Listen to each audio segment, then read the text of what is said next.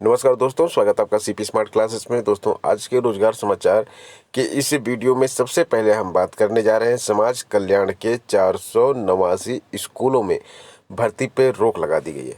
रोक क्यों लगा दी गई है? क्योंकि छात्रों के अनुपात में अधिक शिक्षक होने पर यह निर्णय लिया गया है। आगे देखिए, इसमें लिखा है 11 मई को अनुसचिव शासन ने पत्र लिखा है और इसमें बताया गया है कि बेसिक शिक्षा विभाग से मान्यता प्राप्त और समाज कल्याण विभाग से संचालित व अनुदानित प्रदेश के 489 प्राइमरी स्कूलों में शिक्षकों की भर्ती और वित्तीय अनुमोदन पर रोक लगा दी गई है। अनुसूचित शासन ने 11 मई को निदेशक समाज कल्याण विभाग को पत्र लिखकर इन स्कूलों में चयन के लिए गठित समिति भंग कर दी है। साथ ही छात्र शिक्षक अनुपात तार्किक बताने का अनुरोध किया गया है। कक्षा 1 से 5 तक के इन स्कूलों में शिक्षकों के औसत 7.5 पद स्वीकृत हैं, जबकि छात्र छात्राओं की संख्या काफ़ी कम है। कुछ स्कूलों में 23 से 25 तक ही शिक्षक है। यह भी पता चला है कि कुल स्कूलों में शिक्षकों के स्वीकृत पदों की संख्या 23 से 25 तक है। शासन का मानना है कि शिक्षा के सार्वभौमिकीकरण के बाद समाज कल्याण के इन प्राथमिक स्कूलों की उपदेयता ही समाप्त हो चुकी है, क्योंकि बेसिक शिक्षा विभाग की ओर से प्रति 1 से 1.5 किलोमीटर पर स्कूल स्थापित किए गए हैं। तो इस तरह से इन स्कूलों का जो भविष्य है, यानी कि फ्यूचर जो है इन स्कूलों का, वो भी अधर में अटका हुआ है। फिलहाल शिक्षक भर्ती यहाँ पर रोक दी गई है। आगे ये विद्यालय रहेंगे या नहीं रहेंगे, इस पर भी शासन कोई निर्णय ले सकता है। एक तरफ जहां पे सरकार ने भर्ती पर रोक लगाई है, वहीं दूसरी तरफ सरकार के ऊपर कोर्ट ने रोक लगा दी है। हम बात कर रहे हैं अल्पसंख्यक संस्थानों की। तो यहाँ इस प्रकार के जो संस्थानों में भर्ती में जो शक्तियाँ हैं वो सीमित कर दी गई हैं यहाँ पे। तो आपको बता देते हैं कि इलाहाबाद हाई कोर्ट ने एक महत्वपूर्ण आदेश में कहा है कि वित्तीय सहायता प्राप्त अल्पसंख्यक संस्थान में लिपिक की भर्ती के लिए जिला विद्यालय निरीक्षक के पूर्व अनुमोदन की आवश्यकता नहीं होती है। कोर्ट ने कहा कि अल्पसंख्यक शैक्षणिक संस्थानों की नियुक्ति प्रक्रिया में राज्य सरकार हस्तक्षेप नहीं कर सकती है। यह आदेश न्यायमूर्ति सिद्धार्थ ने अलीगढ़ के अल्पसंख्यक संस्थान श्री उदय सिंह जैन कन्या इंटर कॉलेज में कार्यरत लिपिक मनोज कुमार जैन की याचिका पर दिया है। याचिका के अनुसार विद्यालय प्रबंध समिति ने याची कि लिपिक संवर्ग में नियुक्ति जनवरी 2018 में की थी, जिस पर जिला विद्यालय निरीक्षक ने वित्तीय स्वीकृति प्रदान करने से मना कर दिया था। याची ने डीआईओ के आदेश के विरुद्ध याचिका की, जिसमें न्यायालय ने डीआईओ के आदेश को निरस्त करते हुए पुनः आदेश करने का निर्देश दिया, लेकिन डीआईओ ने फिर वित्तीय स्वीकृति प्रदान करने में असहमति जताई है।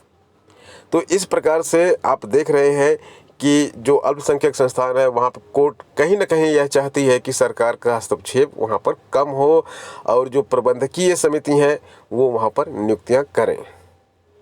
आईएएस की तरह पीसीएस में भी 2 अतिरिक्त अवसर की छात्रों ने मांग की है और पूर्व आईपीएस अफसर जो है उन्होंने छात्रों का समर्थन भी किया है, सीएम को पत्र भी लिखा है।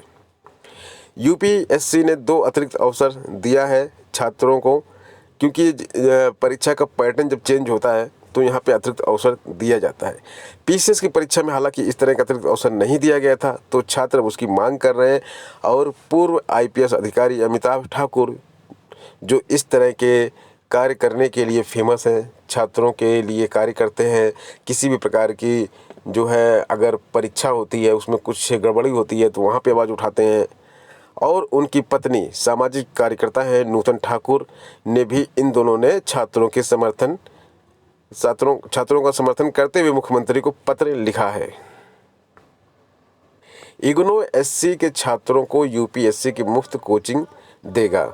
तो जो भी एससी के छात्र हैं, इग्नू के doctor Ambedkar centre for excellence की ओर से यूपीएससी की प्रारंभिक और मुख्य परीक्षा की लिखित और इंटरव्यू की तैयारी करवाई जा रही है, वहां पर संपर्क करके प्रवेश ले सकते हैं। यूपीएससी की इस कोचिंग के लिए सीट राष्ट्रीय प्रवेश परीक्षा की मेरिट के आधार पर तय होगी। राष्ट्रीय प्रवेश परीक्षा से 100 छात्रों को हर वर्ष चयनित किया जाएगा। यानी कि आपको एक परीक्षा देनी होगी, राष्ट्रीय लेवल की परीक्षा होगी। उस परीक्षा में अगर आप टॉप 100 में रहते हैं तो आपको मुफ्त कोचिंग दी जाएगी। आवास विकास में कंगाली के कारण लखनऊ में विकास कार्य पूरी तरह से ठप हो गए हैं। कौन कौन से कार्य प्रभावित हो रहे हैं? लखनऊ और गाजियाबाद में एलआईजी या ईडब्ल्यूएस के एक भी मकान नहीं बने हैं। एक भी नए सामुदायिक केंद्र का निर्माण नहीं हुआ है। नई आवासीय योजनाओं के लिए लखनऊ में जमीन अधिग्रहण नहीं हुआ है। लखनऊ में नई जेल रोड योजना नहीं शुरू हो पाई है। अवध विहार व वृंदावन योजना की सड़कें नहीं बन पाई। 1 दर्जन सड़कें खराब पड़ी हैं। क्यों यहाँ पे बजट कम है? क्योंकि यहाँ पे आमदनी बहुत ही कम हो रही है लखनऊ विकास प्राधिकरण की। असमंजस में तदर्थ हुआ उनके पदों पर चयनित शिक्षक। तो यहाँ पे देखिए टीजीटी पीजीटी की 2022 की जो भर्ती होने वाली है वो कहीं ना कहीं 2000 की भर्ती से लिंक है, क्योंकि तदर्थ शिक्षक जो 2021 की भर्ती में पास हुए हैं टीजीटी पीजीटी दोनों मिला के उनकी संख्या 205 है और इनकी जो नौकरी है उसको लेकर असमंजस बना हुआ है। पहले भी इसके बारे में खबरें समाचार पत्रों में छप चुकी हैं। तदर्थ शिक्षकों को सुप्रीम कोर्ट ने विनियमित करने के बजाय परीक्षा में शामिल होने का आदेश देकर उनके स्थायी होने की उम्मीद को खत्म कर दिया है। माध्यमिक शिक्षा निदेशक भी शासन को इस संबंध में स्थिति स्पष्ट कर चुकी है। पिछले दिनों प्रयागराज में जिला विद्यालय निरीक्षक ने तदर्थ शिक्षकों का वेतन रोककर खतरे की घंटी जोर से बजा दी थी।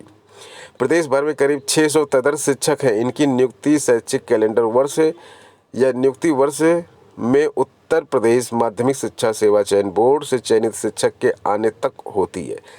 तो जब इनकी नियुक्ति ही इस बेस पर होती है कि जब तक चयन बोर्ड परमानेंट स्थायी शिक्षक नहीं भेजेगा कॉलेज में तब तक तदर्थ रखे जाएंगे। उसके जैसे ही वहाँ से शिक्षक आ जाते हैं तो तदर्थ का काम समाप्त हो जाता है। तो तदर्थों के जो भी पद हैं उनको विज्ञापित किया जाना चाहिए, उनका अधियाचन भेजना चाहिए। और इसके साथ साथ आप ये भी देख लीजिए कि 2000 के बाद नियुक्त हुए किसी भी तदर्थ शिक्षक को विनियमित नहीं किया गया है। विनियमित किए जाने की मांग को लेकर ये शिक्षक सुप्रीम कोर्ट गए थे, लेकिन कोर्ट ने उन्हें टीजीटी पीजीटी 2021 की परीक्षा में सम्मिलित होने का आदेश देकर उनकी उम्मीद के दरवाजे बंद कर दिए। अब 205 अभ्यर्थी यहाँ पे सिलेक्ट भी हो गए। बहुत कम ने आवेदन किया था, लेकिन उनको जो है अपने कॉलेज में ही विनियमित करने की वो मांग कर रहे हैं, जो कि संभव नहीं है। चयन बोर्ड ने उनकी मेरिट के हिसाब से उनको पोस्टिंग दी है दूसरे ज़िले में, लेकिन वो वहाँ पे ज्वाइन नहीं कर रहे हैं। सहायक नियोजक पद के लिए अभ्यर्थी नहीं मिले हैं। कट ऑफ को डाउन किया गया है। नगर एवं ग्राम नियोजन विभाग में सहायक नियोजन के 3 पद खाली हैं। इन पदों पर उत्तर प्रदेश लोक सेवा आयोग भर्ती कर रहा है, लेकिन पर्याप्त अभ्यर्थी नहीं मिल रहे हैं। ऐसे में कट ऑफ अंक डाउन कर दिया गया है और अन्य अभ्यर्थियों से 21 जून तक ऑफलाइन आवेदन मांगा गया है।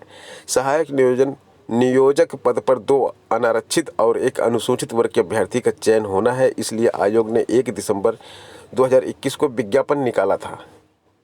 उसके अनुसार अभ्यर्थी कम मिले, इसलिए कट ऑफ अंक डाउन किया गया है। अब अनारक्षित श्रेणी का कट ऑफ अंक 86.5 से 82% कर दिया गया है। इन नंबरों के बीच 81 अभ्यर्थी हैं। ऐसे ही एससी में कट ऑफ 80 से 72% कर दिया गया है, जिसके बीच 40 अभ्यर्थी हैं। इन अभ्यर्थियों का नाम वेबसाइट पर जारी किया गया है। वेबसाइट पर एलिजिबिलिटी चेक फॉर्म पर क्लिक करें। नाम आने पर शैक्षिक डिटेल भरना है। उस फॉर्म में शैक्षिक प्रमाण पत्र को 21 जून तक गेट नंबर 3 पर स्पीड पोस्ट या व्यक्तिगत जमा करना है। तो जो भी छात्र यहाँ पर परीक्षा दिए हों तो कट ऑफ यहाँ पे देखिए कम हो गया है, और ये जो 80 और 40 छात्र जिनका नाम वेबसाइट पे दिया गया है वो इस काम को जरूर कर लें। यूपी बोर्ड के छात्रों के लिए खुशखबरी है। 9 तारीख को 12:30 बजे यूपी बोर्ड का रिजल्ट यहाँ पे जारी किया जाएगा। हाई स्कूल और इंटरमीडिएट परीक्षा का परिणाम 9 जून को 12:30 बजे घोषित किया जाएगा। बोर्ड सचिव शैल यादव ने शुक्रवार को यह जानकारी दी है। तो दोस्तों, इस खबर के साथ आज यह वीडियो समाप्त होता है। मिलते हैं नेक्स्ट वीडियो में कुछ नई अपडेट, कुछ नई अपडेट के साथ। बने रहें सीपी स्मार्ट क्लासेस के साथ। धन्यवाद।